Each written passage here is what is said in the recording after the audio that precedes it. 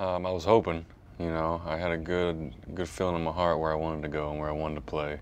And one of the reasons for that was the opportunity to win, for the next 5 years of my contract. So, no, I wouldn't think I'd be here doing this right now, before. But once it all started and I realized, where I needed to be and where I needed to play, then I was hoping for it, but I wasn't expecting it. You're sitting around the dining room table 10 years from now and you look back, and why was this team special? Where does it all come from, and where did it get started? It comes from chemistry. I mean, everybody tells you chemistry wins, and it's a big part of it. Big part of it. We all bought into Joe's theory in spring training. We went and did the pool tournament. Everybody just respected everybody. Everybody, got along with everybody, and I think the new guys they brought in really clicked with the guys that are already there.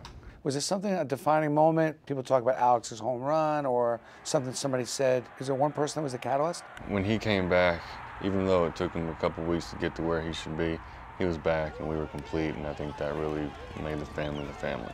The pie in the face, notorious for that. You added a lot of fun element. Was that always accepted, or was that, did you have to kind of get everybody kind of good with that, and whose idea was it?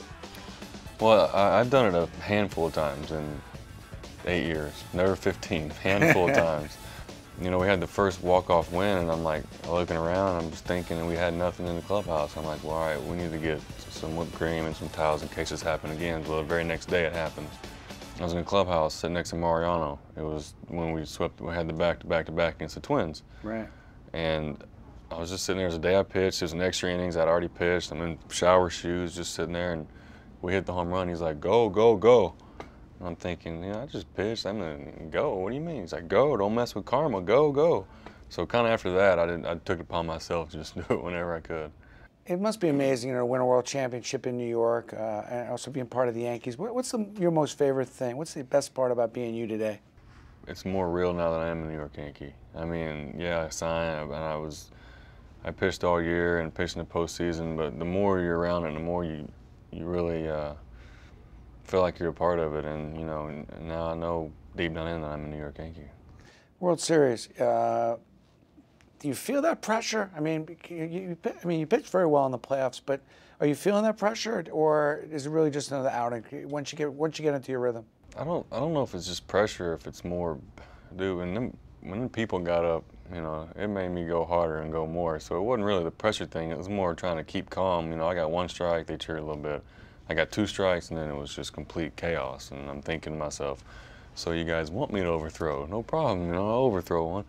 But it was just, I think it was not really pressure because, these guys that were here in the past, or not in the past, I'm sorry, the guys that are here that played in the past in the postseason, they did a really good job with us new guys that's never been a part of that. They explained to us, Andy talked to us every day in the dugout about what to expect.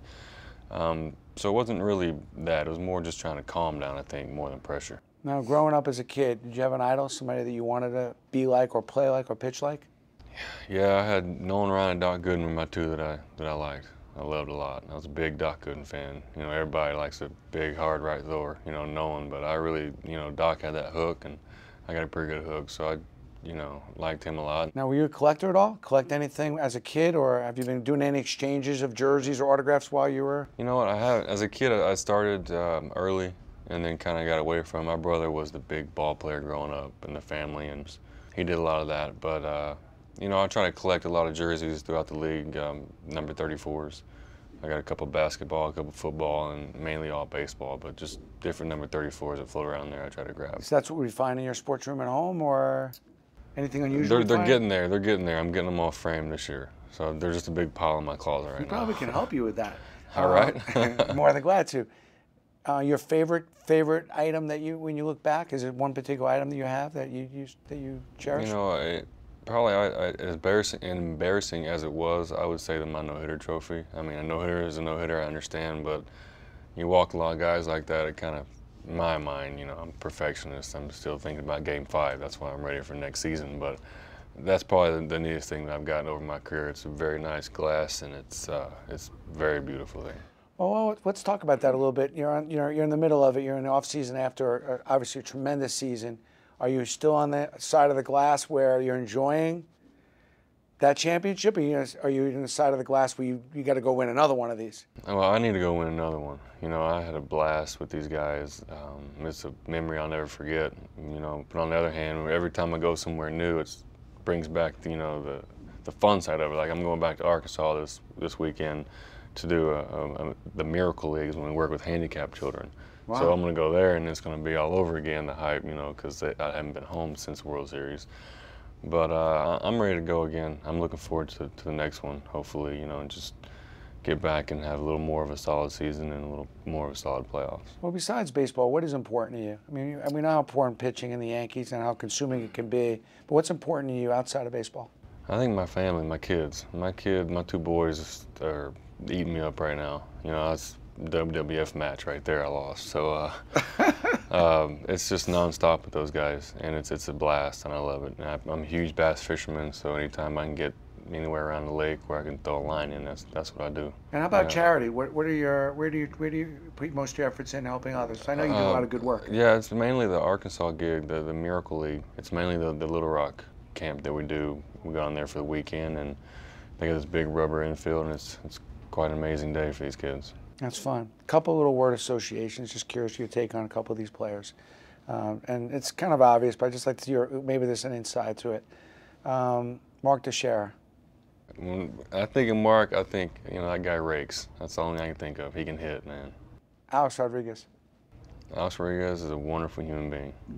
Derek Jeter. The most confident ball player I've ever been around. Girardi. I don't know, I can't do it one. I got like paragraphs on him, but just an all-around great human being. You know, he's a great manager. He worries more about you as a person than he does on that field, and I think that's why the guys cling to him so much. Johnny Damon. Wild man. He's a wild man. You never know what Johnny's going to do, but he always seems to come up. Key guy in the clubhouse, though, it seems like. People love Johnny. He is. You know what? He keeps everybody loose, you know, and that helped the new guys that are already loose coming in there that, you know what, it's okay to be a goofball at times, because these guys that have been here, even though everybody in the world can't see in the clubhouse, they're goofballs too. Don't let them fool you. Nick Swisher? Swishalicious. Swishalicious. That's all I can say about him. Swishalicious. He definitely helped out a lot in the clubhouse too. You know, he's a music man, so, and he was consistent every day. Same guy in and out, same attitude, same craziness every day. So you got to give respect to those guys. Well, that's it for this edition of Yankee Steiner Memories of the Game. I hope you enjoyed the tour, and please don't forget to visit us on Twitter, Facebook, and of course, SteinerSports.com. And don't forget, the first 50 people to go and register using the promo code YesNetwork will receive a free gift. I want to thank my guests AJ Burnett and Brett Gardner, and I want to wish everyone a happy holiday season. Happy New Year, everyone. Home to heroes, to legends, to history. Yankee Stadium has been home to you, fathers and grandfathers, sons and daughters, family, friends, and colleagues, and the memories you've shared.